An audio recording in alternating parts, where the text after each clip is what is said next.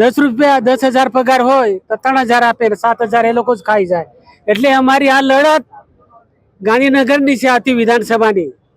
આ તો ઝલક જ છે. અમે નર્મદા જિલ્લો જ્યારે હાથમાં લીધો છે, પણ હવે પછીનું વિધાનસભામાં ગાંધીનગર બેસો. કહેવાય કે કદ્દાવર દિગ્ગજ નેતા મનસુખ વસાવા અમારો યુગ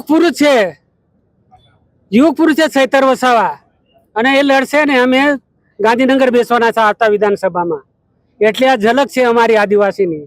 અને આદિવાસી અમે આદિ અનાદિથી એના રહેવાસી છે.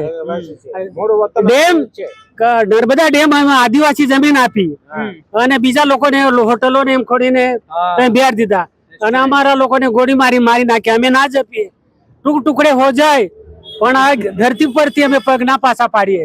ભારત દેશના વતની અમે છે, આ બધા બહારથી આવેલા છે, અને અમારા પર દાદાગીરી કરે એની ચાલે. અને અમે આ કોન્ટ્રાક્ટ પદ્ધતિ દૂર કરીને જ રહીશું. હા, અને ગાંધીનગરની ખુરશી અમે આવતા ચૂંટણીમાં ફેંકી દઈશું, અને પૂરો આધાર હમ તમારે સાથ હૈ.